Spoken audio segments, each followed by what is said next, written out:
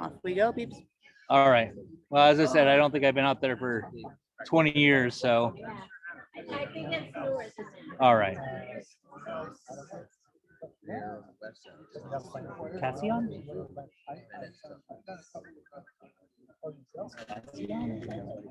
Cassie? Cassie sent thing that was Okay, I'm just. and I think she's supposed to be on here, so I'll just have to keep an eye on it. Hence my available privilege chair. And just keep letting people in, because it won't let me disable the I know, the Zoom and their new security things.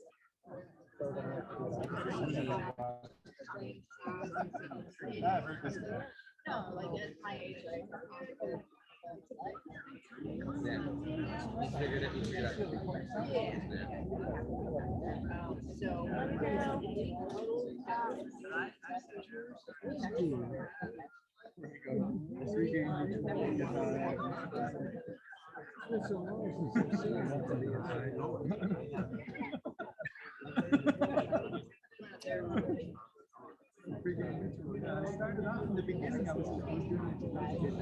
How's all the babies and everything?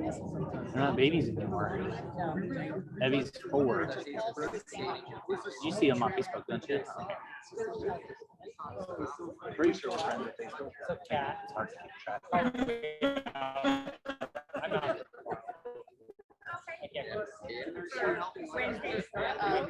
Keller, Tomorrow's not yeah, Wednesday. the baby is going to junior high. Tuesday. Tomorrow's Tuesday. Which makes the two of us as young as we can possibly be.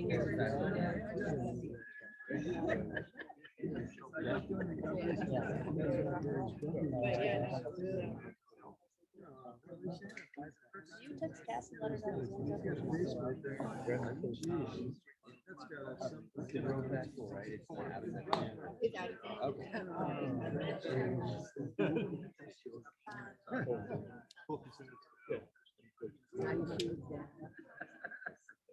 But I still can. Tomorrow after baseball. We wanted to do late. All right. Hi, ladies and gentlemen. We're going to sort of get this thing off the ground. The plan was sort of to have family talk and then sort of just open up the floor to anybody to talk or play some music. We're going to kind of just do it like, hey, anybody who wants to now? And we'll be, okay, yes, let's go. And then you can go after that. And it's not like we're going to have a sign-up sheet like an open mic. Although I can't think of something more appropriate than sort of doing a musical open mic to celebrate Stephen Lindley, because as most of us, I'm sure, our relationship with Stephen Lindley had something to do with music.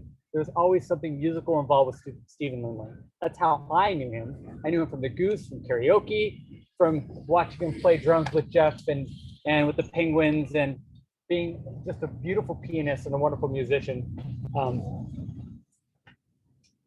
I feel like we're all kind of family to Stephen Lindley, and I think that he probably felt the same way about all of us too. And so I'm going to open us up with a song that I wrote many, many years ago that I know Stephen likes for me to play. It has an appropriate title, although the content's not really relevant. This song is, since it's a celebration, this song is called The Happy Song About Being Sad. Hey, well, Doug, we're recording today. Oh, yes. By the way, we're recording on Zoom. Like Dee said, this is asking forgiveness, not permission. Because there are people who aren't here right now that are watching from across the country, and people that won't be able to attend right now that want to see the things that we're doing for Stephen. So if you don't want to be on camera, don't be right here. And if you're not, yeah, just don't be there, Yeah. unless you want to.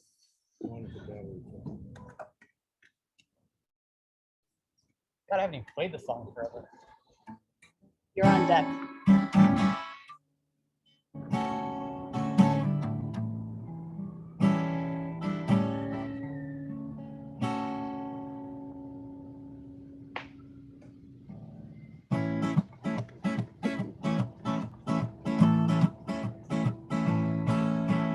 Sometimes your life can cut like a knife on the wrist of yourself. Everything is good, going just like it should, but then it caves in like a bad dream. Little things at first, till it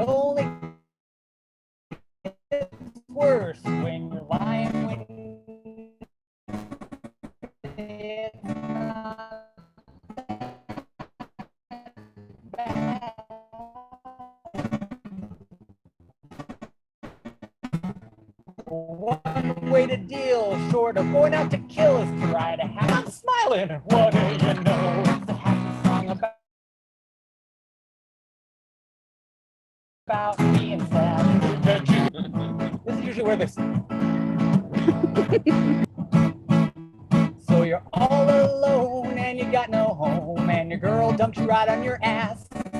Your dog just died and you got DUI'd and your wardrobe got no class.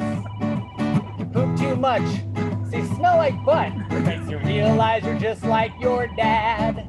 Well, sit back and smile, smoke crack for a while, and write a happy song about being sad. Pass the Valium, send me a whore. It's a happy song about being sad. La la la. It's a happy song about being sad.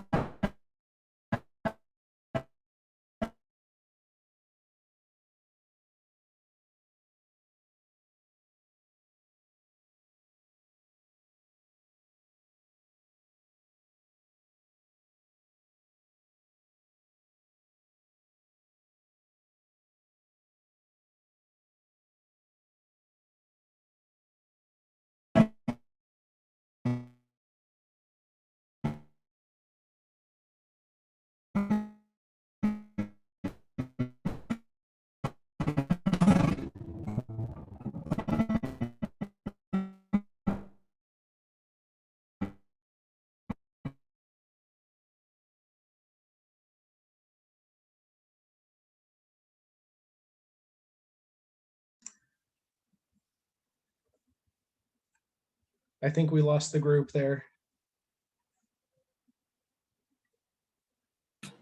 It looks like they had bandwidth issues over in Lithia Park. The audio was Yeah. chopping in and out, and then it just disappeared completely. Yep. Oh, here we go. Hey, Will, can just Oh, looks anybody like they're back play now. your guitar? Back. Hey, anybody can play my guitar. If you feel like you want to play some music and you didn't bring an instrument, you're welcome to it.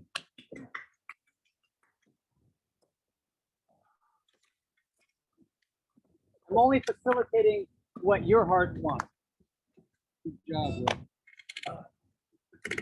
Change it. I like an ice cream and a shot of tequila. You know, they started coming out and I forgot. I said I haven't even thought about that song. As you get older, you can have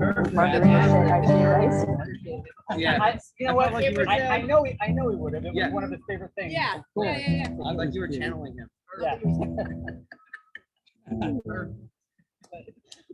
So we used to ride around all over the place in Steven's Geo Metro, his 3-cylinder Geo Metro that he claimed that somebody who owed his dad money had bored out the 3 cylinders to give it a little extra power. I don't know if that's just something Steven used to say or if that was true. It sounds a little unlikely. Yeah. But we went all over the place. One time, we played strange gigs in the middle of nowhere. We drove the Geo to Doris, California to play for this horse racing event one time. And we got a flat tire on the way. And so we rolled into Doris in a Geo Metro on a donut tire on one of the front wheels. And these guys at the horse racing dance were like, all right, come with us. And we followed them through town and they opened up this garage, found us a wheel, or found us a tire. It was great. But we rode that to, we had a friend who needed to take a car to Klamath Falls and leave it at the Amtrak station. And it was because it was her friend's car, and the friend had gone home for Christmas on the train and was going to need her car to be waiting for her when she got to the train station in Klamath Falls. And it was snowing and it was nighttime, and this girl was going to drive the car to Klamath Falls, and so we talked her out of it. And she said, well, tonight's the only time I can do it. And so I called Steven and he says, oh, well, we'll go tomorrow when it quits snowing. And all right. So I drove the girl's car, which was a proper Subaru, and Steven drove the Geo Metro, and we drove in the snow to Klamath Falls, and then we rode back again. And he was just fearless like that with his Geo, he called it boonie crashing. And another time in the snow in the Joe, we were coming back from somewhere in California because we'd played a New Year's gig and it was snowing and they were going to close the pass and we were trying to get over the pass before they closed it. And we got to the signs that say you have to have chains. And I said, well, maybe we should get some chains. And he's like, nah, we'll make it. And we'd have been fine if they'd let us through, but they turned us around. We got there before the traffic, you know, and but they wouldn't let us over. So we had to turn around and go back to Wairika and buy chains. And by the time we got chains and then got back, it was just a complete disaster area up there. There were so many cars everywhere. And when we finally got over the pass, it was like heavy traffic moving 50 miles an hour in the snow over the pass, all shoulder to shoulder. And we were just people sledding everywhere. It was great. And never worried for a second with Steven at the wheel. So I thought that I'd see if I could play Poisoning Pigeons in the Park. And when I went to look and see how it went, I realized that I pretty much knew all the words. And that is 100% from listening to Stephen Lindley sing that song, because I sure didn't listen to Tom Lehrer sing it enough to know the words. So it might have been a bad thing. I might have known him a little too good and I didn't write him down, but we'll see how it goes.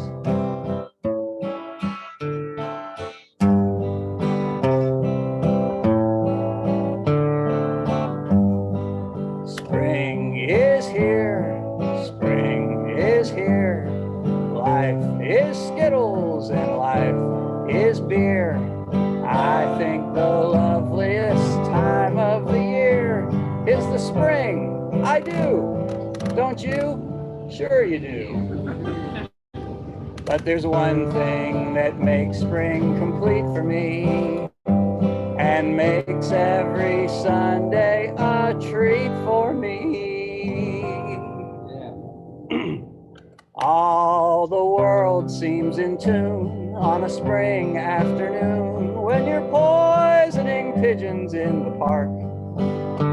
On Sunday you'll see my sweetheart and me as we're poisoning pigeons in the park. When they see us coming, the birdies all try and hide, but they still go for peanuts when coated with cyanide.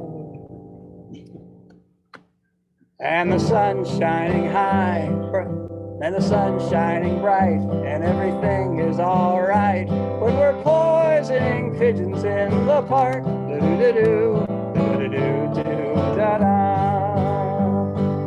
And then it says, we've gained notoriety and caused much anxiety at the Audubon Society with our games. They call it impiety and outright impropriety and a stunning variety of unpleasant names. But it's not against any religion to want to dispose of a pigeon. So on Sunday you're free, why don't you come with me and we'll poison the pigeons in the park. And maybe we'll do in a squirrel or two as we're poisoning pigeons in the park. We'll murder them all amid laughter and merriment, except for a few we take home to experiment. Hang on a second.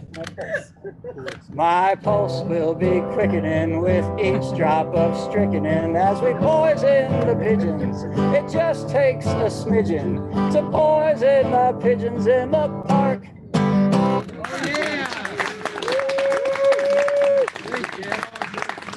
I can't play the piano and I can't make my eyes bulge like Stephen would when he sang that, but now that I hear it from you, I remember hearing it. yeah, that was he did all the it's got all the little like listening to a Broadway musical. It's not just chords, it's all the little piano stuff going on while you play that. So anyway, that's what I could think of that was a good Stephen Lindley song. Yeah.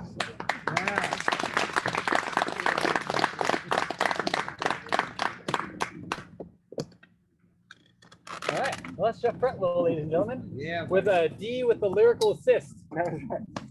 Line. Line. God. I said, oh, I'm not gonna cry, and I just welled up, teared up a little bit over there. Who else has got something? Who wants to do a thing? Something to say? Got some words? I have some words. You got some words? Come say your words.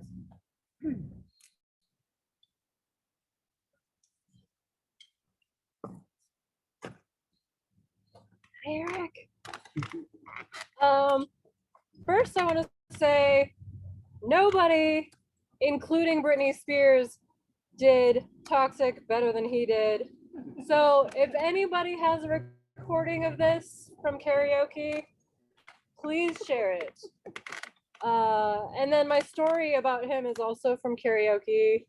So I was cocktailing at the Goose one very busy night. And there's just a list of 10 things I gotta do within the next minute or two. And Stephen was there, and you know, he didn't have very much money. And so he was asking me for stuff, you know, like a Coke or whatever. And I was like, yes, Stephen, just a second. And then I would do it, and then I was at a table, and someone drunk was gesturing and knocked an entire tray of drinks into my shoe. And so Stephen comes up to me after that, and I'm like, Stephen, I'm having a bad night. Somebody just spilled drinks on my shoe. Just hold on a second. And he comes up to me about 20 minutes later, and he goes, hey, Stephanie. And I was like, yes. And he goes, would you like some socks? And I was like, well, what color are they? And he's like, white.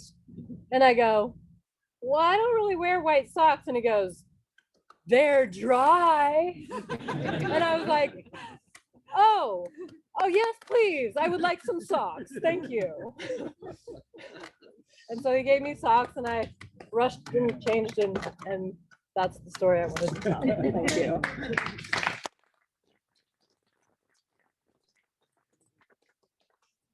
I can imagine Stephen peeling those socks off of his feet. Yeah. Giving them to you. No, he No, they actually were probably clean. pulled them from a van. Probably. You know, we all know his van, that green van. He probably went and got a clean pair out of there. That is likely. However, I could see him peeling his socks off of me. Like, I don't need these nearly as much as you do. Right? Because that's a spirit. That was a spirit. That spirit of giving and love. Us all here, right? Like, that's why we're all here, because we have that spirit and love of Stephen Lindley. Thank you. Where's your spot? In the chair, buddy. Sit in In the the chair. chair? Oh, I gotta sit? Oh, God. Don't move the chair. Don't move the chair. Just get your right.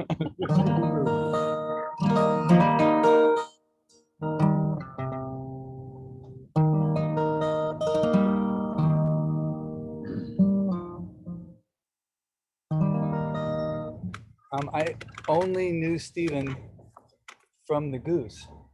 I don't think I ever saw him anywhere else. I used to say, you got a cot in the back, right? You got a hammock, you live here. And maybe I went to a Penguins gig somewhere else, but I can't even remember it if I did. I only knew him from, I didn't even know he had a first name for like 5 years. I said, it's just Lindley. You know, I was like, you got a first name? And you know, the funny thing is I really felt loved by him, and I really loved him. But I don't feel that I knew him. I never had to count on him for anything. We were never in a car driving to a gig in the snow. We never shared those kind of travails. We didn't talk about our lives or our occupations or what we did for a living or who our friends or relationships were. I really didn't feel like I knew him in that sense. But I loved him and he loved me, and we loved music. And I would always, anytime I played at the Goose, I would set up the piano just in case he would come in. And he was always game for playing any song in my repertoire, whether he knew it or not, or had ever heard it or not. And it was one of my great pleasures to be playing the song, especially if he had a trick chord change or something.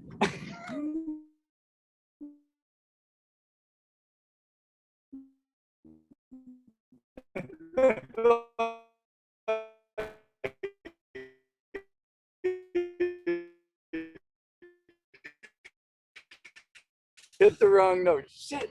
And I would just love that. I would say, my goal is to get to coherence.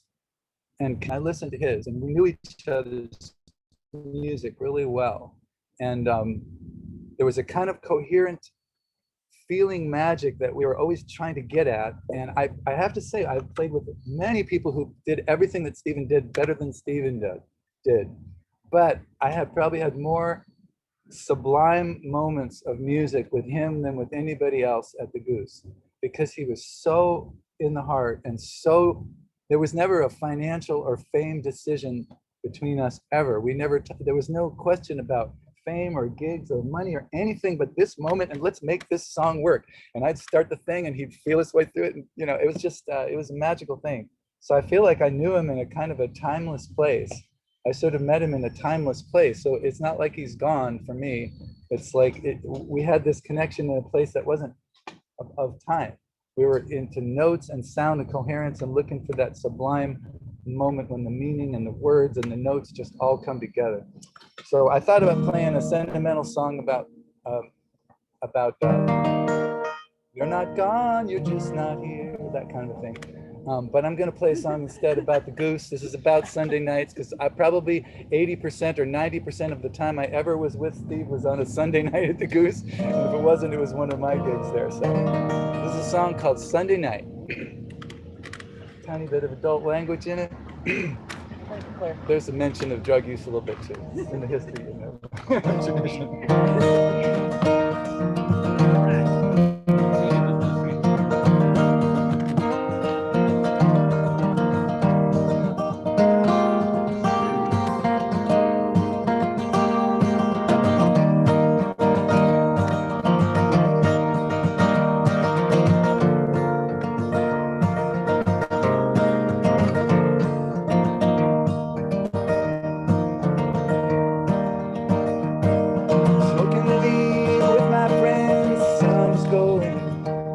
Smoking weed with my friends at the edge of town. Standing in a parking lot, the sun is going down.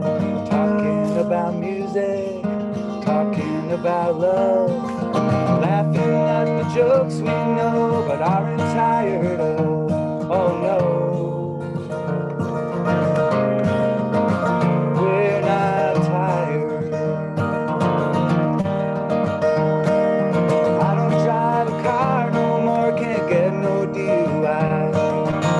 It's out there on my bike, but I've never been that high. Go inside.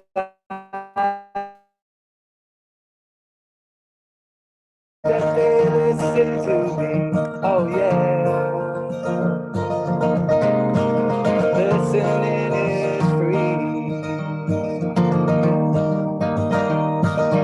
Some say it's the lowest rung you gotta climb. Get up on that ladder that goes up to the sky.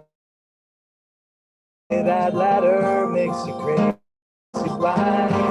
Don't be too busy looking up and see who's at your side. Oh yeah, who's at your side? Now I'm not too ambitious, and I don't care who is, as long as their ambition doesn't turn them into dicks. Well, if it does, well, this isn't church, it's a bar. I will hold the door for you if that's who you are. Oh yeah, you go be a star. My turn comes and up I go, turn it up and go. This is what I start to sing to the microphone. It's a good thing I'm not God tonight, 'cause you'd all be in hell. All you grown-up ladies who just like to scream and yell and drink till there is no one in the whole world but yourself. It's a good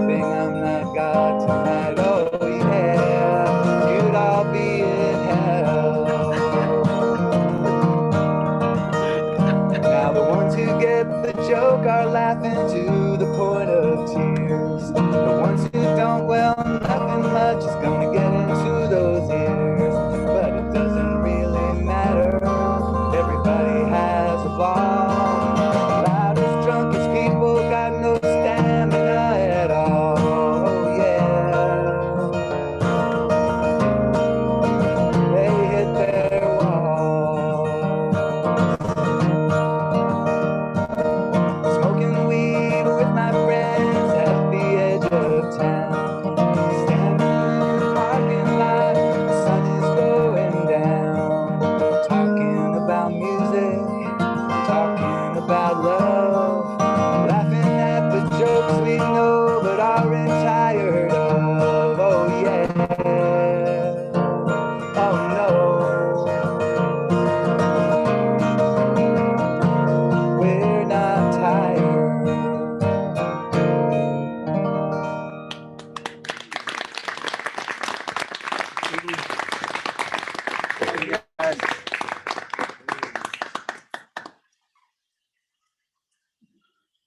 I think a lot of people might echo that sentiment, Gene, of, we weren't like tight, but I knew that he loved me.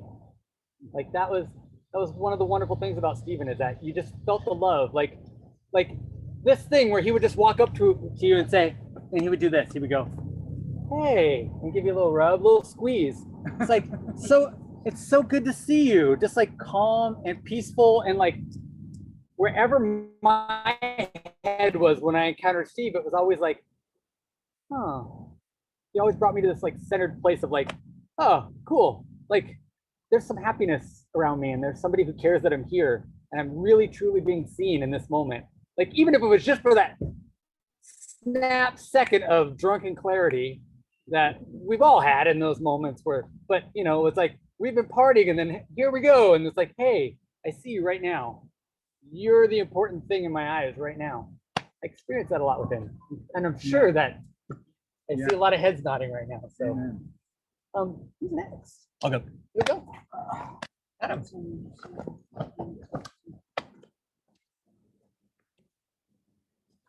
So, like many people here, I met Steve at the Goose back when I was bartending and Dee was out on the floor serving drinks. That was 20 years ago. Just a few years ago. And Mo Yes was running Sunday nights at that time. And I was fortunate enough to get to know Steve outside, and that we were roommates off and on for several years. And my favorite part with Steve was saying something so outlandish that he would just look at me with those eyes and like just not knowing what, and then he would just shake his head and walk away. And there was hours of listening to him play music. I've never known someone who idolized Tom Lehrer before. I probably won't again. But his entire library was played in our home. The years of listening to Steve, learning to play drums, and learning to play drums. Everybody talks about how he was there for them. And I think that is Steve's defining characteristic. Whatever he was doing, whoever you were, he would stop. And if you had something to say, he would stop and listen. And that is a skill that so many people do not have these days. Everybody wants to talk. Everybody wants to give their opinions. Everybody wants to tell you what they think, but they won't listen to you anymore. And Steve was a master of it. He would drop anything for one of his friends, or for somebody who he thought could be one of his friends. And entirely selfless. And I really think that's a skill. If any of us want to remember Steve, then just stop for a moment and listen to somebody, because that's what he really was, and what he really wanted out of us was to be there for each other. And if you want to memorialize him, just take that moment sometime in the future and say, I really need to listen to what this person is saying because they have something to teach me. And that to me was who Steve was. I really wish that he would have come to any of us and had us listen at the end. I hadn't talked to Steve for a couple of years. I mean, you get wrapped up in family, you get wrapped up in going places, you get wrapped up in your own life. And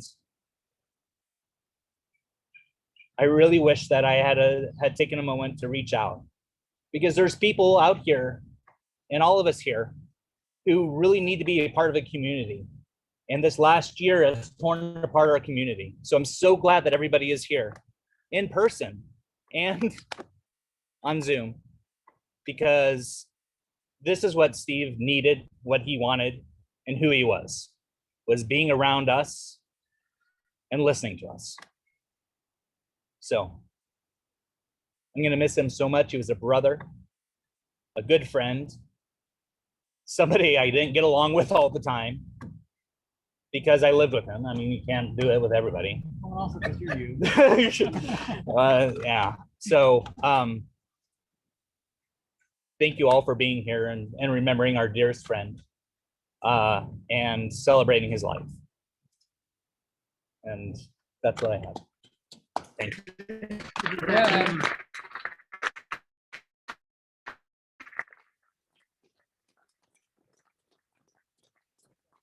Adam comes to us from Lincoln, Nebraska, and so context. I know Adam and Cassie both from Wild Goose and from Mount Ashland, and they're both.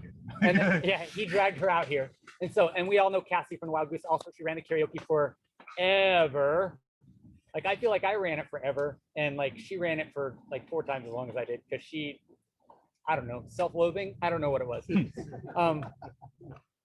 But since Adam, part of the Lincoln contingency, has come up and talked, I think that I'm gonna read Cassie's words. She sent some words over for us to read. So pretend that I have even longer. Actually, my hair's probably about this length It's now. about the same, yeah. Yeah, that's about right. So remove the beard Yeah. and imagine this in Cassie's voice. Maybe singing harmonies with Stephen Lindley in Endless Love. At karaoke. Right. So this is Kathy. Hey everyone. I so wish I could be with you all in person to mourn, to laugh, to celebrate our dear Stevie. I'm sure many of you are as confused and shocked by this as I am, because Steve was always the kind and gentle one. He was even kind and gentle in his frustration and anger.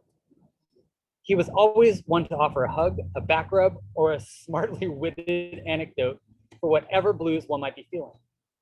He was a simple man who enjoyed the simple way of life. I always admired that. He loved the outdoors, especially fishing with his dad. He told lots of stories about his fishing trips with his pops, and his face would just light up when he talked about the beautiful trout they'd catch at some faraway hidden stream somewhere. I hope you and your pop are fishing the best streams ever right now. And he loved music. He was one of the most talented people I ever had the pleasure of sharing a stage with. We especially had fun singing duets together at karaoke, like our world famous rendition of Endless Love, complete with choreography. He could sing, he could play keys, drums, and probably every instrument you put before him. He could write. He had so much talent and so much love for the art form. I'm shattered that he's gone. But some people shine so bright that the lights burn out early. Stephen, you were my friend, my neighbor, my colleague, my buddy, my pal. Your light burned into my heart, and I will never forget you. Thanks for being my friend. Until we meet again.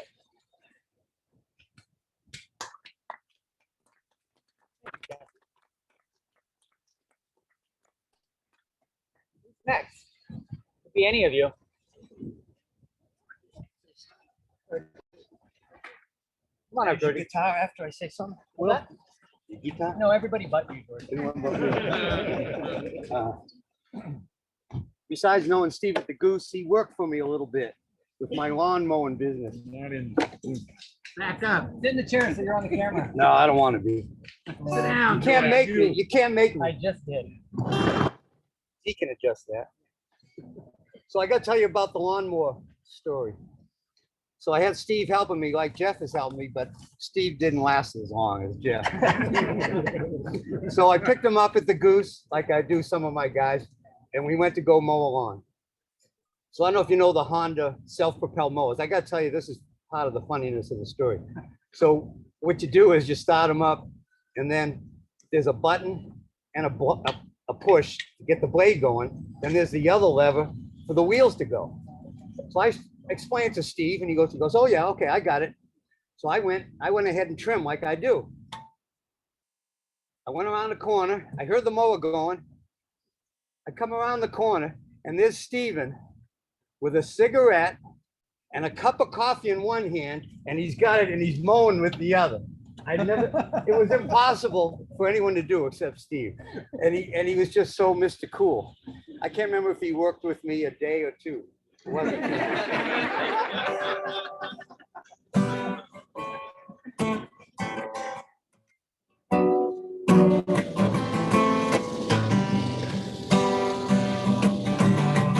They say everything can be replaced, yet every distance is not near. So we remember every face of everyone that put us here. I see my light come shining from the west down to the east. Any day now, I shall be released. They say every man needs protection. They say that every man must fall. Yet I swear I see my reflection so very high above this wall. I see my light come shining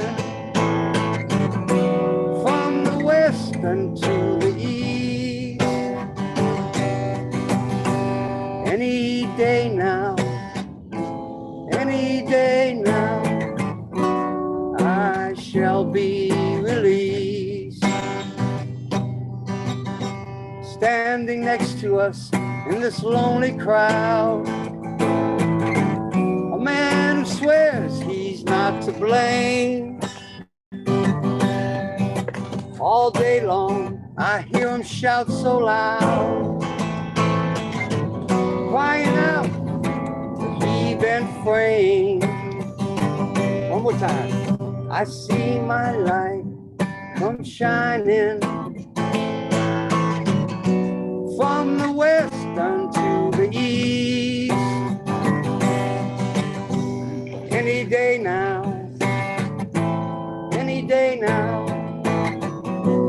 I shall be released. God bless you, Stephen.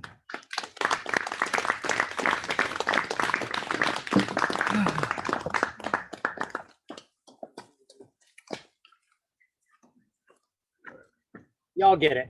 Stephen liked to sing along. He liked to karaoke. He liked to sing along. Like that's a common thread, right? Like let's do music together. Let's be together. That was always the thing. It's togetherness. And again, he would be so overjoyed that we're all here for him in his honor. This would make him feel pretty good, knowing that we're all here caring about him. He's got something. Frankie, are you just waiting to close? Is that why you need to be the headliner? Is that what's going on here? I'm shy today. I'm thinking of karaoke, and this when he's not in the room, but it's his turn. Stephen Lindley.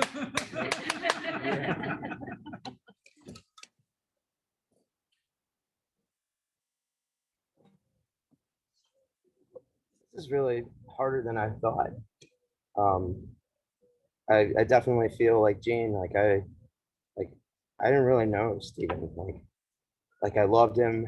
I know he loved me. And I knew him beyond the goose only because he loved me so much. Like I really, really cared about him, and I just don't see where I had spent enough time with him. And that's too common. Thinking about being at T-Po's memorial and Maddie's, like we just don't gather enough. We don't. This passes by too quickly. And Steve went out of his way to tell me how much he loved me. It was kind of amazing. Every time I talked to him, I felt like a rock star. He just would tell me I was incredible. I needed to be famous. Had a voice that needed to be heard. He's like, "You're incredible. I love you, bro." I think he was living in Eugene, and we played a show in downtown Eugene, and he called me about 3 a.m. crying because he missed the show for whatever reason. And I'm like, "Oh yeah, you live up here, don't you?" Like he expected me to expect him. I love that guy. I'd see him at random shows in weird places, and he would always ask me what was new. This one is ish.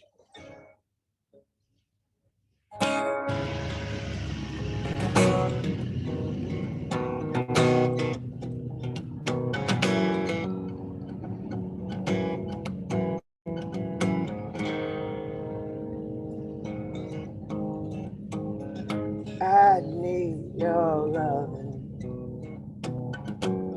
You break me open. Nothing means nothing without you, without you, without you.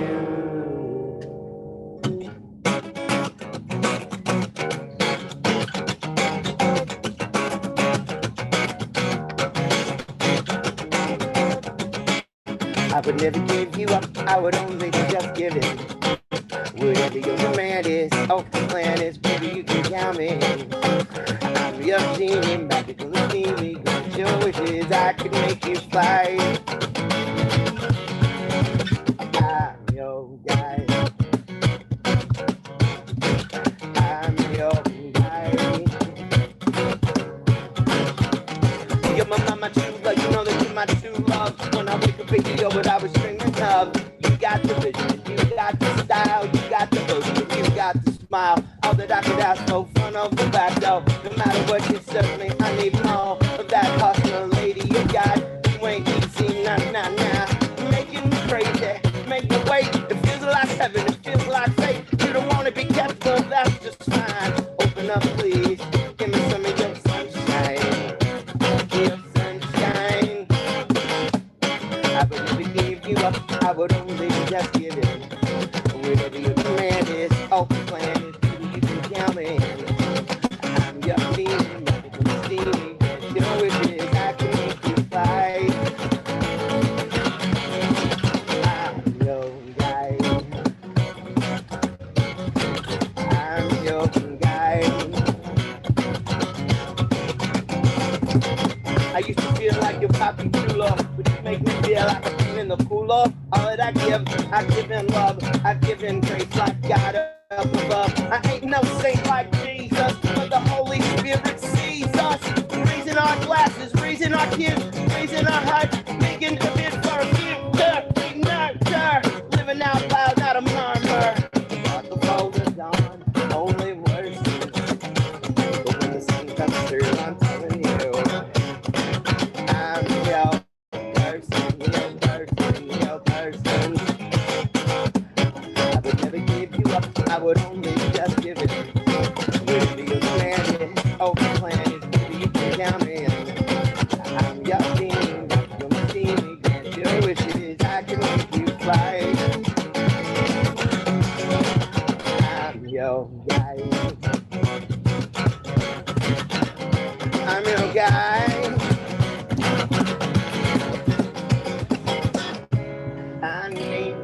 your loving. You break me open. Nothing means nothing without you, without you, without you. I need your loving.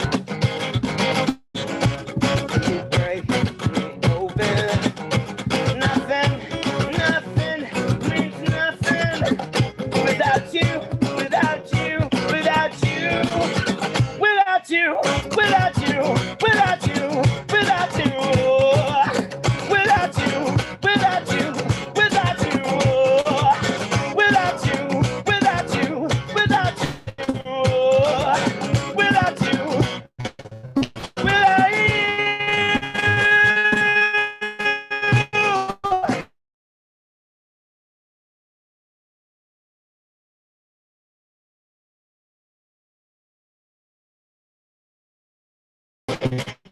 Like I'm your guy.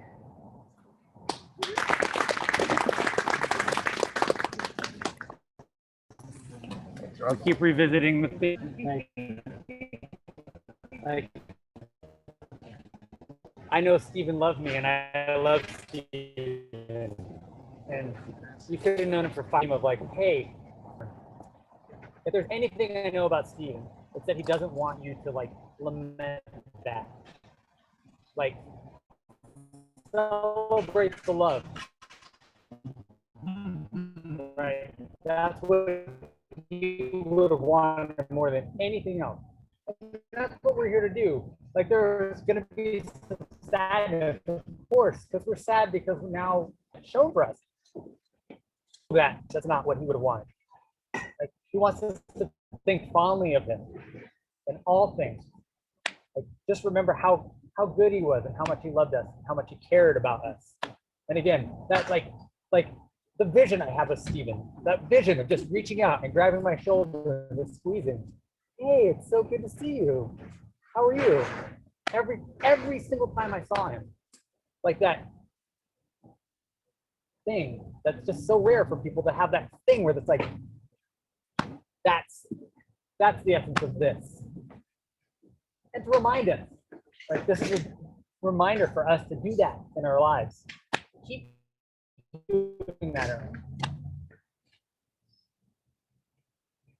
Who's next? Who wants to play? Mr. Adicott? Oh, or Marshall? Marshall's closer. I don't know if this is gonna work. But I'm a Tom Lehrer fan as well. Where's the sax? Absolutely. And I know one Tom Lehrer song, just all the words, just one. So for Steve, we're going to sing the Boy Scout song. Who knows it? I can't accompany myself on the guitar because I only know 3 chords in it. And it's not the right 3 chords? Probably. I mean, But- you could just play the 3 chords you know and then sing along, whatever. Most of us don't know the song. The 5 people who do will forgive you. Well, somebody knows this song, I'm sure. It's been a while. Be prepared. That's the Boy Scouts marching song. Be prepared.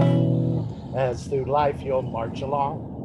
Be prepared to hold your liquor pretty well. Don't write naughty words on walls that you can't spell. Be prepared to hide that pack of cigarettes. Don't make book if you cannot cover bets. Be sure to hide that reefer where it cannot be found. And be sure not to smoke it when the scoutmaster's around. For he only will insist that it be shared. Be prepared. Second verse, be prepared. That's the Boy Scouts marching creed. Be prepared and be clean in word and deed. Don't solicit for your sister. That's not nice unless you get a good percentage of her price. Be prepared and be careful not to do your good deed. when there's no one watching you. If you're looking for an adventure of a new and different kind, and you come across a Girl Scout who is similarly inclined, don't be worried, don't be nervous, don't be scared. Be prepared. Steve, be prepared. And for you, Steve. I got it. Steve was a friend. Thank you, Marshall. Yeah. Yeah, bad guy, ladies and gentlemen. Come on up, yeah. So what kind of an Ashland musician would I be if I didn't have a Steve Lindley story? Not much of one. So almost exactly 17 years ago, Steve and I did a gig out at Summer Lake Hot Springs, about 200 miles due east of here in the true Oregon desert. And I carpooled with him in his little bored out Geo that some of you might remember, apparently some of you do. So we had a good time out there and everything. And we had the ranch house with the private soaking tubs to ourselves. I would have really liked to have kind of stayed out late there with a certain young woman who was with us, but somehow Steve wound up being the guy who got to do that. And then on the way home, we took a shortcut through some really obscure woods or roads that go through the middle of nowhere. Just happened to go exactly through that gigantic bootleg fire that's burning right now. Yeah. So we probably wouldn't take that route right now. But we were cutting up through the canyon, and just on the spur of the moment, Steve saw this little Jeep trail that went off to the left and said, let's check that out. And before I could say, are you sure that's a good idea? We were rumbling on down, and next thing you know, we were down by the riverside, kind of poking around. And then when it came time to go back up that little spur road in his bored out Geo, loaded to the ceiling with musical equipment, lo and behold, it couldn't do it. Yeah. Someone on the road and get a tow truck. And we wound up spending another whole night out at the Summer Lake Hot Springs. And so it was a little bit of an adventure. And when I'm out there exploring myself, I'm always very timid. I always look before I leap. I'm always very cautious. I'm very sheepish about dirt roads. I don't want to get stuck. I don't want to get in any kind of a predicament. But because I was with Steve, I had an experience I wouldn't have had by myself. And that's that seems like a quintessential Steve moment. Yeah. So that's my Steve story.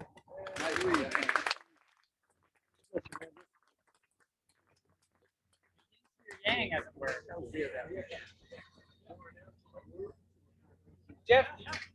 Jeff, maybe you needed that. Maybe you needed somebody to drag you off to a river and get a tow truck. Oh yeah, yeah. Pretty enlightening. He was what a lot of us needed in a moment.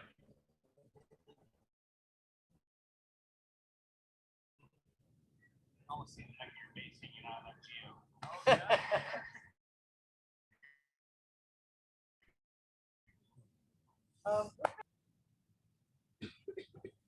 Hi. Hi. I don't think any of you know me. I met Steven in August 2019 when I started working at the little pantry as a cashier.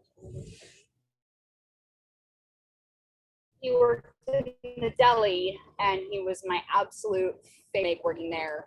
The best day ever. And I mean, they played country on a loop constantly and it was not good country. So I mean, you know, it was hard to tolerate, but he always made it tolerable. In fact, I'm a mom, and so I end up getting busy and forgetting to feed myself. And Steven always made sure that I ate. I didn't even have to ask him. He'd just walk up to me and he'd have a dish, usually a salad, because he knew that's what I wanted. And he put all my favorite stuff on it. It was like he knew me without even really knowing me. Just like everyone else said, I don't feel like I knew enough of him, but I knew that I loved him. And I knew that that love was reciprocated. And I miss him. I actually, when I found out about his passing, I decided to go onto YouTube because I knew he was a musician, but I'd never, unlike many of you, I'd never heard him. You know, I'd never heard him play or sing or anything, and I wanted to. So I went on YouTube in hopes that I would find something, and I did, and it was wonderful. It was so great to hear his voice again. And he actually went live on Facebook August 11th, 2020, and he covered the song Lost by Michael Bublé. And I don't know if any of you are familiar with that specific live video, but after he finished singing, he left us all a really special quote that I feel we are all making come true today.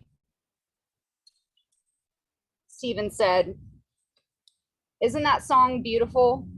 The video brings separately in like an apartment complex, and at the end of it, they all come outside their respective zones and figure out that all of them are suffering in silence and alone, and they need each other. That's pretty sweet, isn't it?" And I feel that we're all making that come true right now, honoring him here today. So thank you for having me. Thank you for loving Stephen.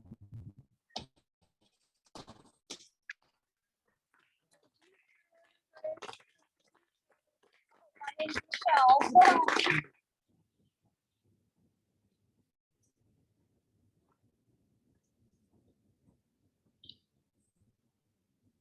Who would like to say some more words or play a song or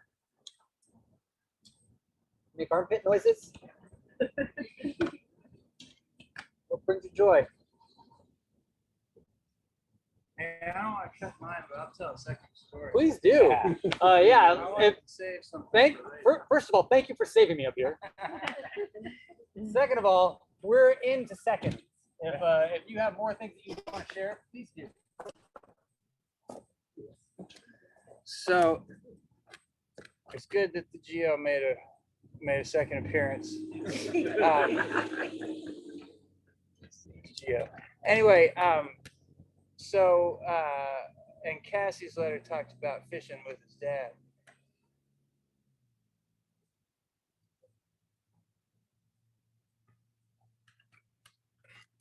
Excuse me. Anyway, once upon a time, Steve and I are sitting around talking and doing what we do.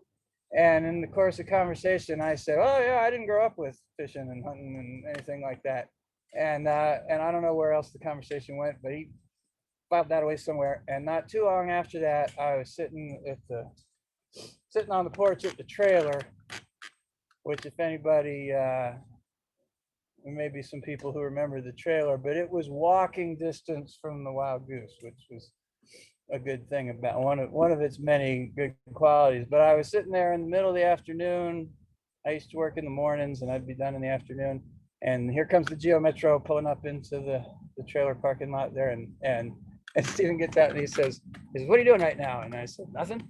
And he's like, "All right, get in the car." And I said, "What are we doing?" And he says, "We're going fishing. I'm going to be your sponsor." And he used that phrase, "I'm going to be your sponsor," because it just bothered him that I didn't know how to go fishing. And so we drove out to Immigrant Lake, and I remember him.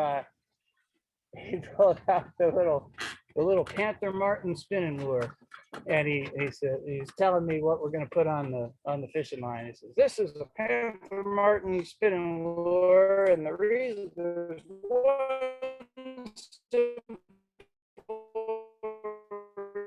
reason people use these because," and that was part of our deal for a little while as we go out fishing stories.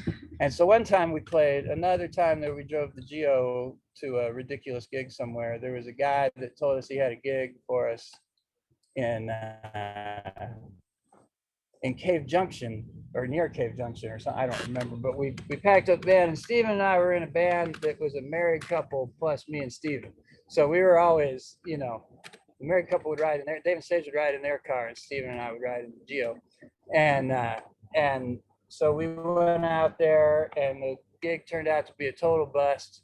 There was the guy, I don't know if he lied to us or what, I don't remember the details, but so we camped in this strange guy's backyard, and Steve said, and we had planned the whole time. He's like, "Well, we'll get up early and we'll go over to the Illinois River and we'll go fishing. And I was all, okay, that sounds good. So we're in the backyard in tents, and we get up early and we go down to the Illinois River and we find a spot. And I remember Steve standing there. I've never been fishing in a river before in my life, and we're standing there, and it's the early morning sun and all this, and we're kind of huddled up, and Steven's pointing and he's saying, now if I were a great big fish, if I were a big treasure, right in that little hole over there, you see, and he like describes, if you could just toss that lure right in there, I bet you might catch a big fish. And I said, all right, I'll give it a try. It was like, it was like, it was like somebody's dad teaching him how to fish, right? And so I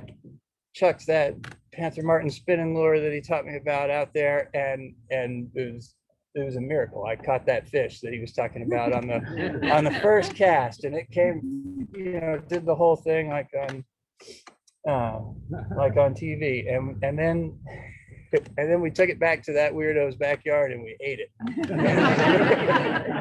So anyway, there's Steven for you.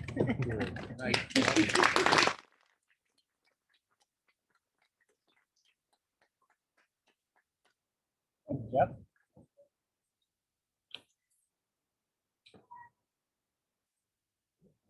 Staying in the crowd. If I make eye contact with you, you're going to come up and do something.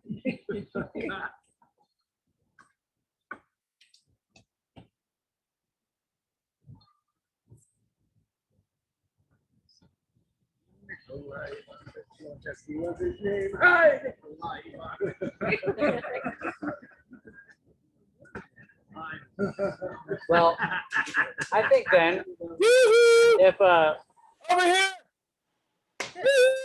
Oh, somebody has word. Oh, it's going to be so hard to hear you. We're going to try to be creative here. Somebody has Okay. words on the Zoom. How do we share with you? Say it nice and loud, and then we'll have Will Dog reenact it. Oh my gosh. But you don't have a guitar. Write it up. All right. I'm Delon, and It's I'm Delon. trying to. I'm trying to brought my guitar and everything here, and I'm trying to play a song that I was invited to play. Okay. Hey everybody! Delon? Hi. Hey Delon.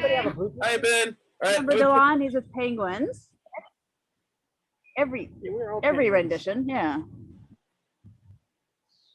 Delon, I think you're just gonna have to play and It's good, sing, good and we'll to get see what you we all. can from Wow, you. you look really nice.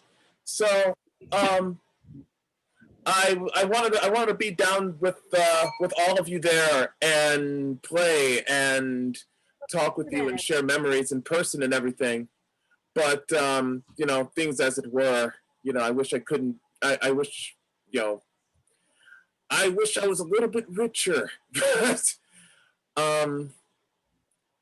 in light of that, I just wanted to share the fact that one of the most striking things that I remember about Stephen was he had this amazing aura and presence that not only just made you feel welcome, not only just drew you in, he made you feel like, you were just, you grew up with him, like you always knew him, like he always knew you. He had this way of making this city slicker from 2,000 miles away feel like I just, knew all the back roads and the rivers and everything like he did. And, it's like he took my life and my story and how I felt seriously and just always made me feel welcome. In that way, it was super duper humbling for me. And I could tell you the truth here, it's always been challenging for me to try to live up to that myself, and it's a tall order, it's a tall order to live up to somebody who's affected you so much that you're just a little more careful and mindful of how you talk to people. And even in your worst moments, you kind of have to think about, what would he say at this moment, So I know that he wouldn't want me to talk too much because I'm sometimes a terrible MC. But I would want to, well, Russ, hi Russ, wanted to, Hey, hey, I'm here. suggested that I play the song, and there's Jack, and there's Jane, and there's Stephanie, hi, and there's Dee. It's like Romper Room, and there's Jack. It's like, oh wow, I see all of you.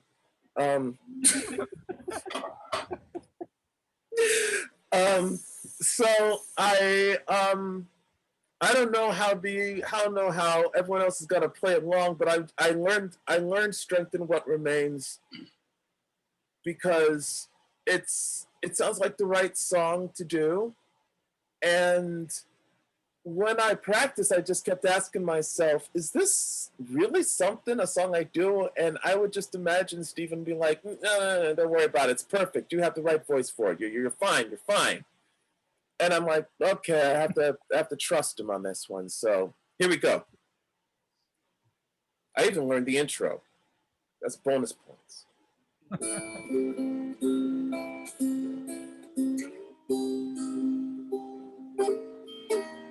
A world where dreams come true wasn't meant for you. All the lessons learned, the pages that you turn, living's just a school for breaking hearts in two. With all the tears you save, strengthen what remains.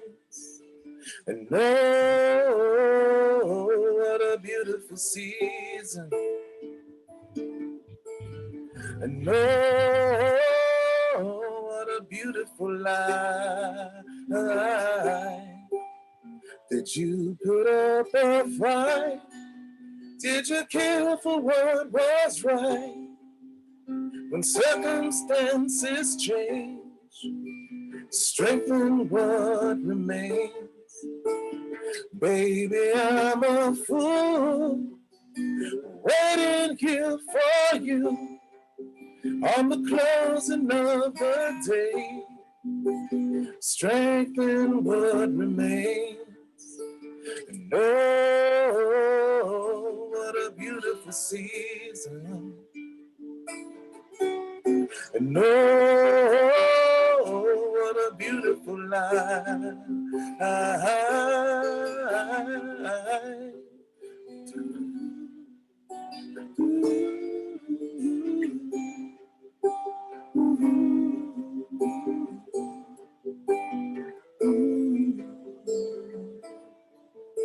And oh, what a beautiful season. And oh, take a look at the sky. And oh, I can give you a reason. And oh, it's a beautiful life.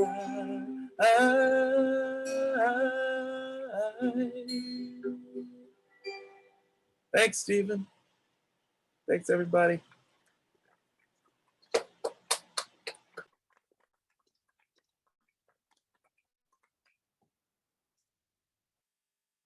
Yeah.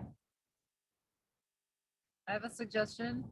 Not to put you on the spot or anything, but since we're all up here close to the computer, Eric, do you have anything to share? Hi, yes, if anyone can hear me. First of all, thank you so much for organizing this, Dee, and everyone else who put this together too, I know. And for making this Zoom available as well, because I can't make it back to Oregon yet. Hoping very soon, but we'll see.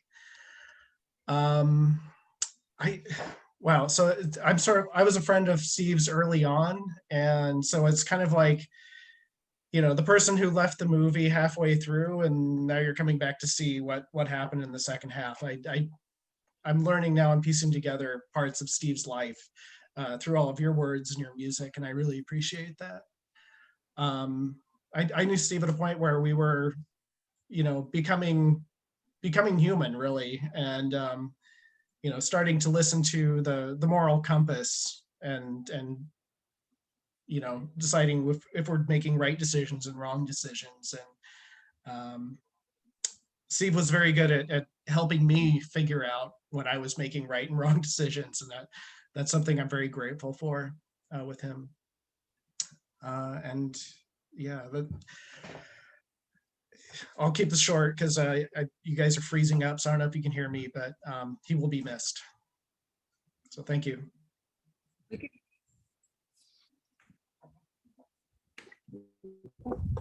Thank you.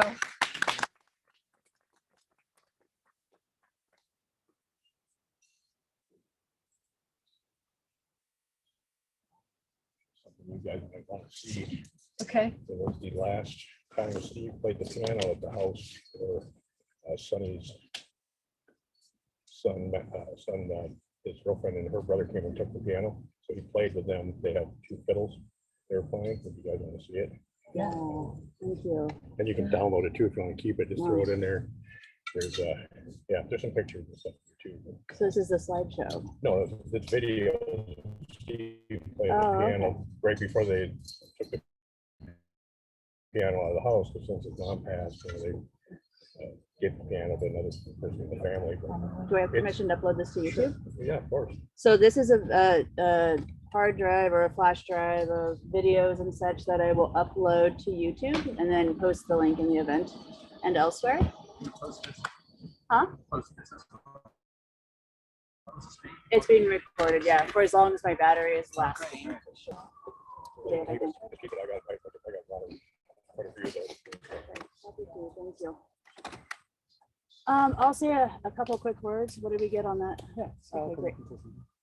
So while Scott's kind of wrapping up a phone call, Steven's the reason that I have 3 children, not 1. Oh, here, we'll move the whole chair. We'll move the whole chair. Yeah, but watch out, it folds in the way. I got you.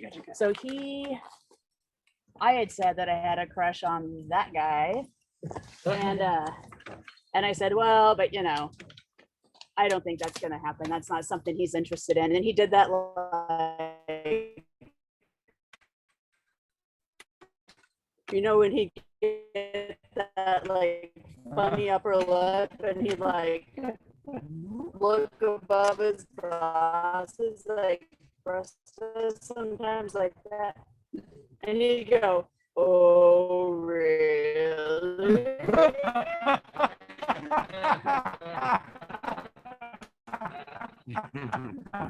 And then he proceeded to like match make it. For like 3 weeks, he'd be like, I talked to Jeff. And I told Jeff that I know you just buying 1 beer, but like a lot of beers. And then, you know, he'd go to Jeff and I don't want to know what he said to you. But somehow he'd be like, so Jeff's going to be at karaoke, which is not a thing that I would go to, except for to hear these sing. And or to, because that's not the right timeline, but that's what we did. And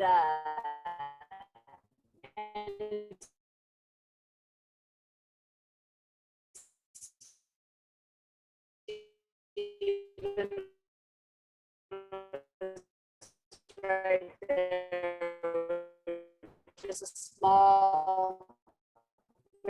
very small faction of people around the Meadows property. And he like led the charge. He had like this accordion that he played, and we've got this great photo of him coming out of the woods with this, and that was a great one. So would zing here and zing there, and he's more of a rabbit trail chaser than I ever was. Okay, but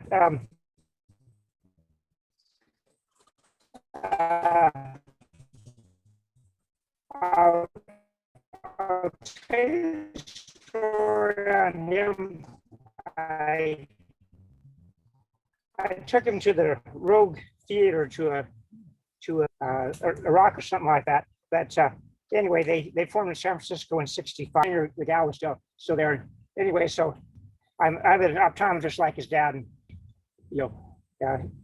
helped Steve. And so I took him to this concert, and he was the youngest one there. Okay, everyone else there had long gray hair and beards, and I was 65, and he was whatever. But anyways, he was the youngest one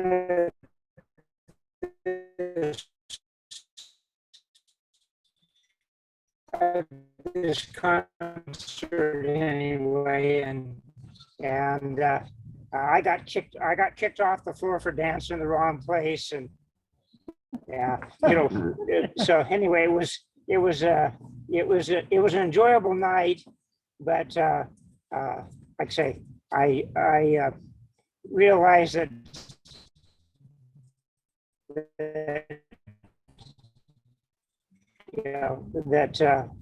I wasn't going to change Steve, and he wasn't going to change me, but we could have fun together and enjoy each other. So that's to me, Steve was an enigma that I wanted him so much to.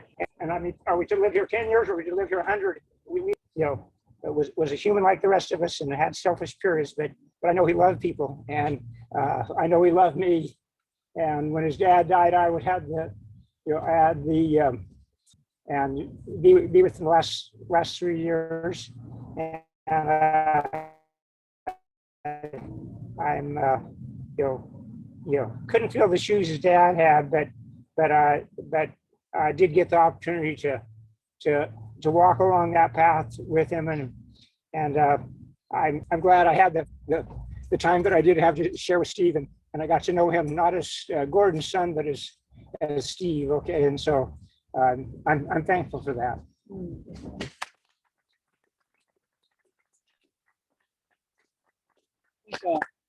I think. Oh, I just have a quick response to that. go ahead. So another friend of mine passed away just before COVID, and I spoke at his service, and I said, Andy, I always think that at the moment Andy died, the universe split into parallels, and we got stuck in the one where we lost him, and then everybody else started coming up and telling these stories of his death-defying acts. And I thought, well, maybe I'm wrong. Maybe this is the longest we could have had him, maybe this is the best timeline, so I really hope that this is Stephen's best timeline. And that the time we all spent with him was the best time.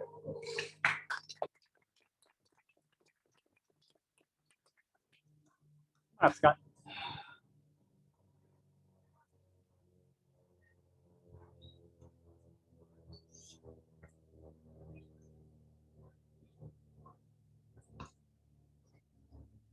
I'm gonna make everybody cry here. Too late, you already are. But they're joyful tears and wonderful memories.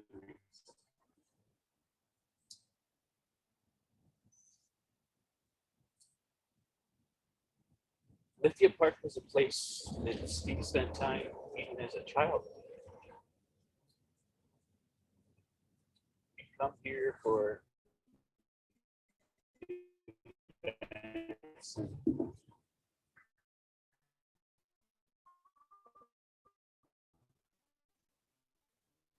things of family and oriented aspects.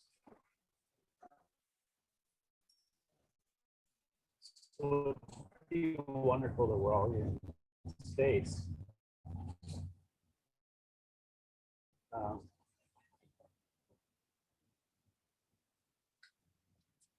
about our beautiful childhood. There's something that we took in to our Blessed Father who brought so much to us. So I thank you all for being here today. I may not know every single one of you by name, but I certainly never forget a face, and I recognize many of you. And even if I didn't recognize your face, I'm sure I heard your name somewhere.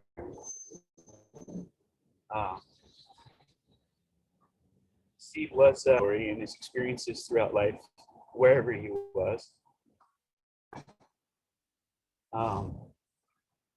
And I have to say that most of those stories with all of you were fun ones that he loved to share. Just want to thank everyone here for being here today. The Lindley family is sincerely grateful for all the warm thoughts and kindness so many have shown in the loss of Stephen so suddenly. Sometime during his life, each of you experienced his friendship, some of his hardships, and his charisma. Just to name a few things. I'm sure there's many others. It's his talent and his love of music that many of you and certainly the family cherish in our memories when we think of Stephen, our brother, my brother. They're growing up with him, so I just thought I'd share a few thoughts that came to me. You know, the Webster's Dictionary offers one definition of the womb as a place where something is generated. Stephen often referred to me as his womb mate. You may have heard that term before.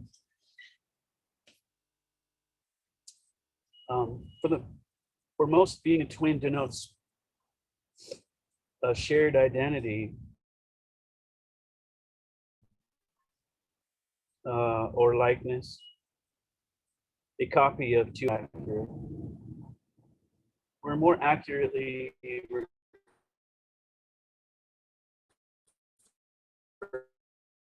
to as, I think, fraternal brothers. I like to call him my frat bro.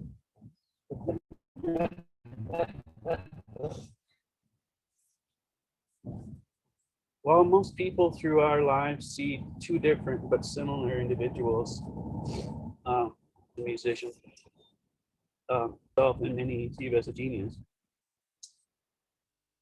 I would probably play Batman and he would be my Robin.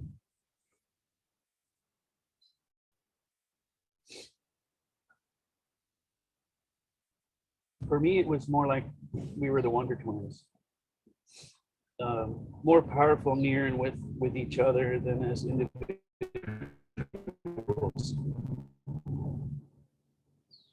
He's my super brilliant hero, connected since birth in a way. Stephen always had a soft alternative or contrarian spirit. He's thought-provoking and many very imaginative in his realities.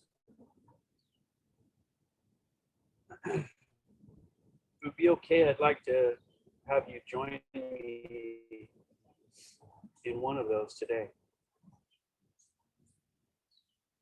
Earlier this morning, I was thinking of Michelangelo's creation of Adam, in which Adam and the Lord are reaching out, touching each other from heaven and earth.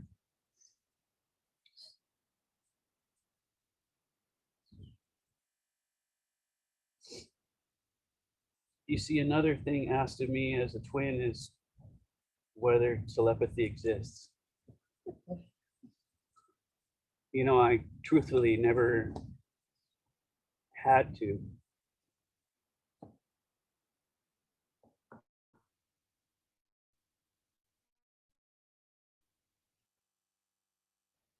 Try to speak to my brother.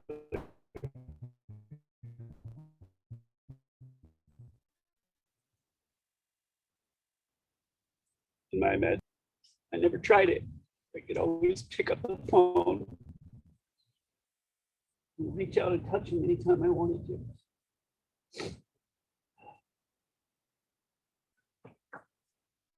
The ability to speak to one another with one not being physically present never crossed my mind.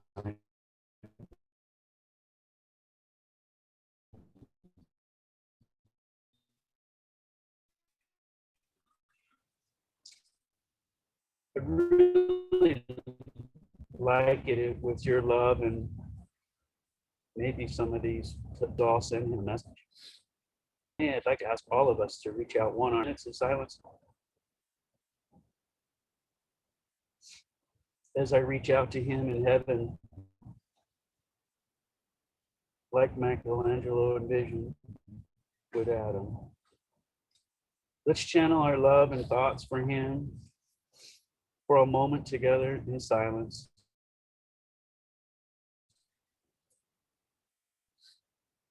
With our family and friends.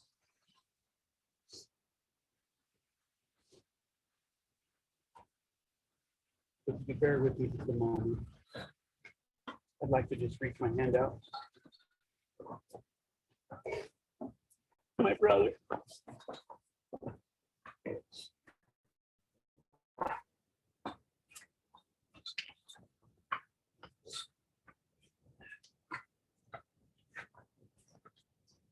Let all the beautiful thoughts of Stephen at once what you'd like to say. Let's see if we can reach it.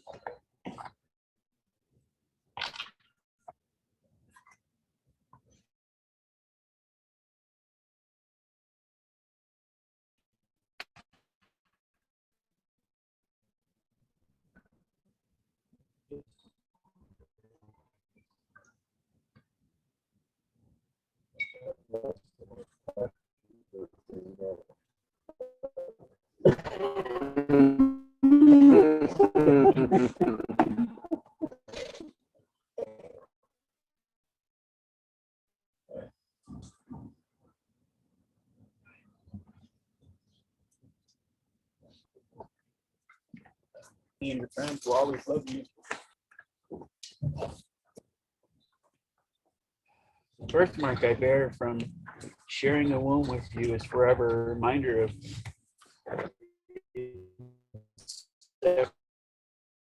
inseparable place in my heart reserved for you.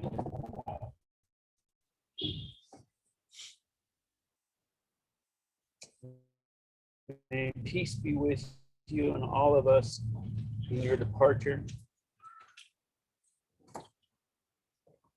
Please say hello to Grandma Shirley, our mother Donna, our father Gordon,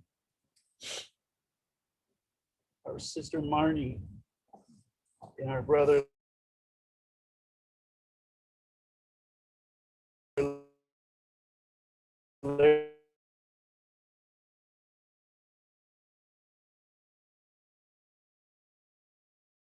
Larry, and all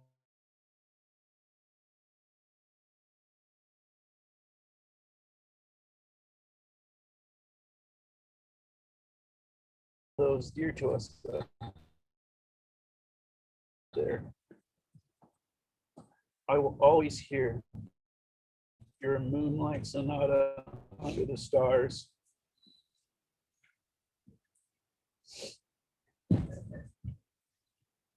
Thank you.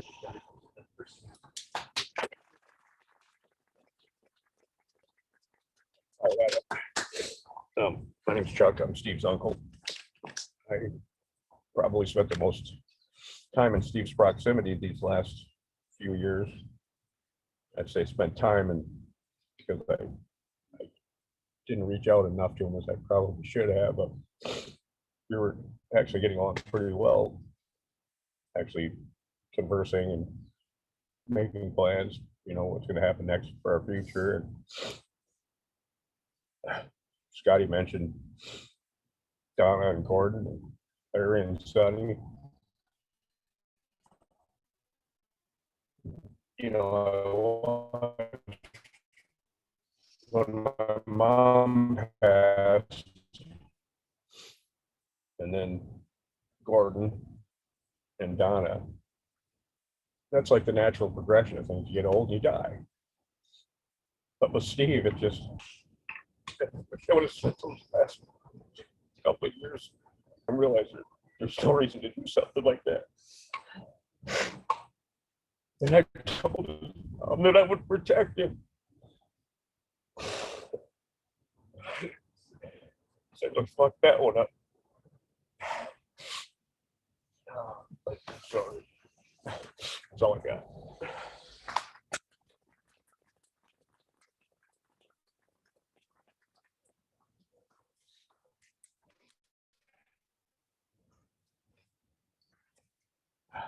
Why may be so bold? I don't think that any of us ultimately failed Stephen Leonard. He made a choice to stop whatever was happening with him. We don't know what it was. Like that, I'm with so many of you, so many of us. The common theme here has been, I didn't know. I wish I would have reached out more. I didn't know.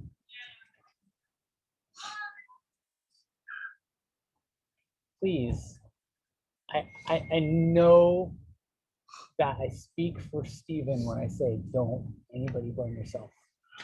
That the last if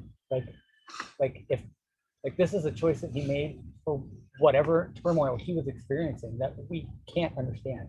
We cannot understand it.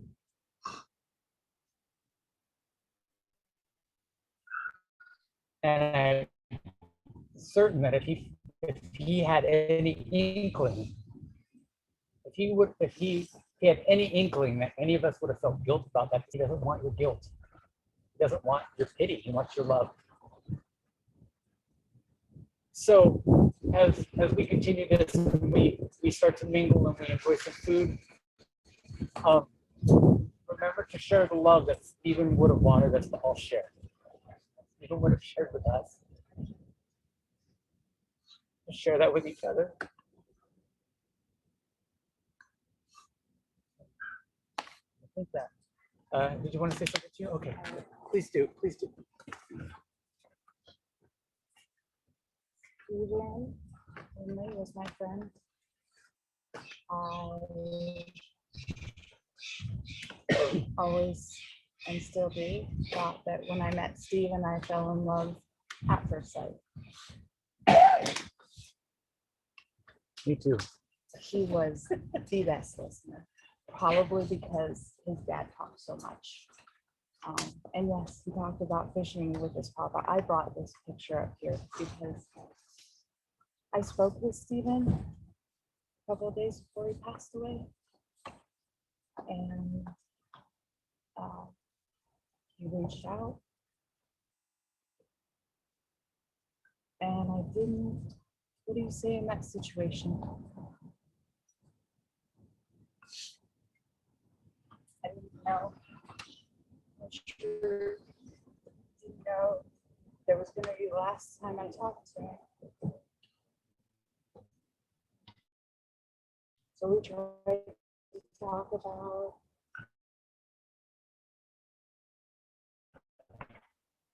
things that made him happy, things that brought him peace, and he talked about a lot of you guys. He felt you guys were, how you guys always had each other's back, see? I know that James, you only had that relationship, and he talked about you all the time. He loved your style. We talked about penguins and Stephen wasn't much of an on-time person. So he showed up late, but man, he loved you guys too. All of you guys. We talked about how his mom, there better be bingo in heaven, or she would raise some hell, and there better be fishing up there too for his dad because he doesn't want to go play bingo. But I had mentioned this picture because I thought it was the most peaceful I'd ever seen him. He's got one leg up in the tent. He went fishing with his dad. This was back in 2011, so 10 years ago. But it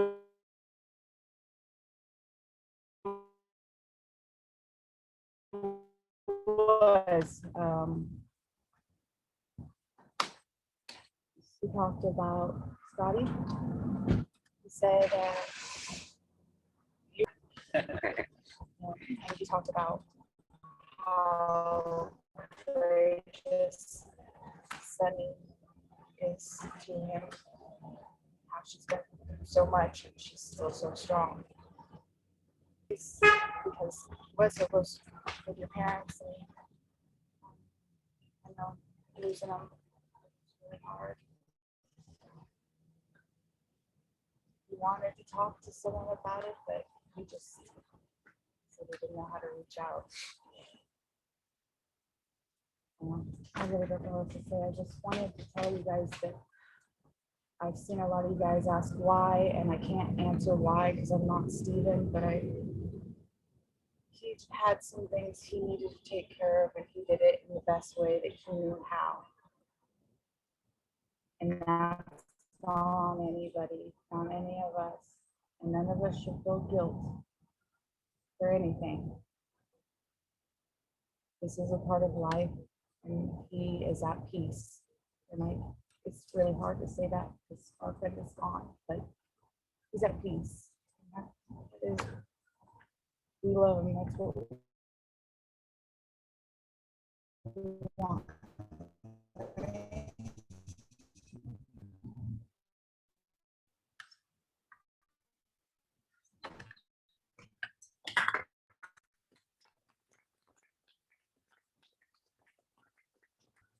I feel like a good stopping point for this.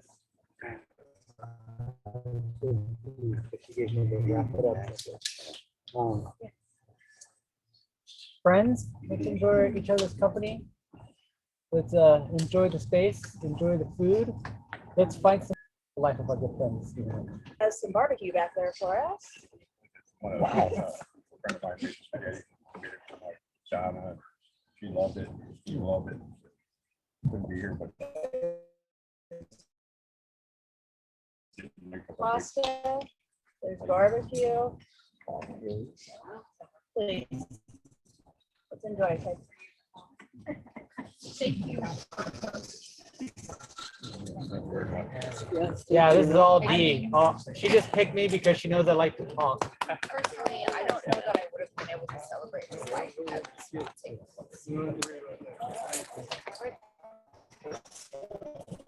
Without this, and I can say hello.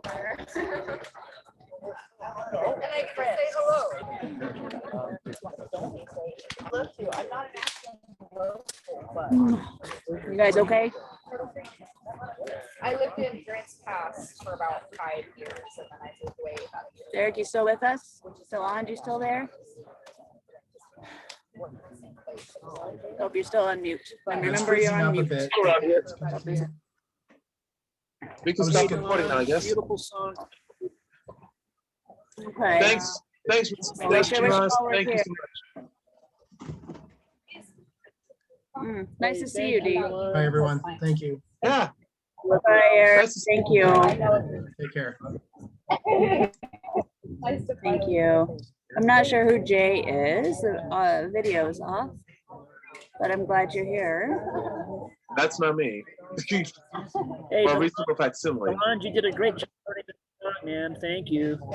Thank you Yeah. so much for Beautiful that music. We could hear it suggestion. I'm perfectly. glad I'm glad I practiced it and jumped on it right away. That was a great suggestion. I appreciate it. Hey, no problem. Thank you. And I'll be up in Eugene soon. I'll bring some drums. We need to play music. We have to, for heaven's sakes. I'm still in Eugene. I'm not going anywhere from there. So yes, just let me know when you come up. I mean, obviously our phone numbers haven't Well, changed in 12 years. Yeah, no, I will.